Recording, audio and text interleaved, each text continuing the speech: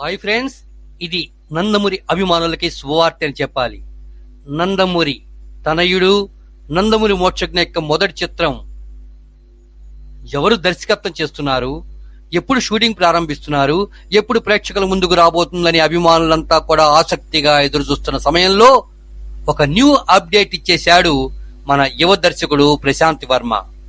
గతంలో పద్మశ్రీ నందమూరి తారక రామారావు నటించినటువంటి దానవీర సూరకర్ణ చిత్రంలో బాలకృష్ణ ఒక ప్రత్యేక పాత్రలో నటించి అభిమానుల చేత శభాష్ అనిపించుకున్నారు.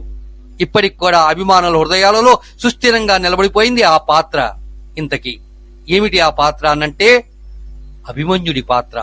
అభిమన్యుడి పాత్రలో నందమూరి బాలకృష్ణ ఎంత ప్రపంచం సృష్టించారో, ఎంత అద్భుతంగా నటించారో దానవీర సూరకర్ణ చిత్రం చూసిన ప్రతి ఒక్కరికి అర్థమవుతుంది.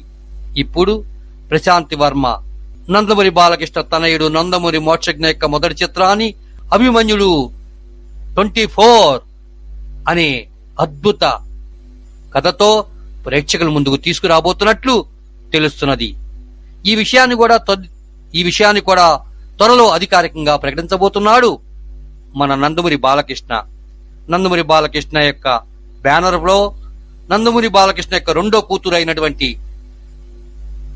తేజస్విని నిర్మాణ సారథ్యంలో, ప్రశాంత్ వర్మ డైరెక్షన్ లో నందమూరి మోక్షజ్ఞ యొక్క మొదటి చిత్రం అభిమన్య 24 చిత్రంగా ప్రేక్షకుల ముందుకు రాబోతున్నట్లు స్పష్టంగా తెలుస్తున్నది.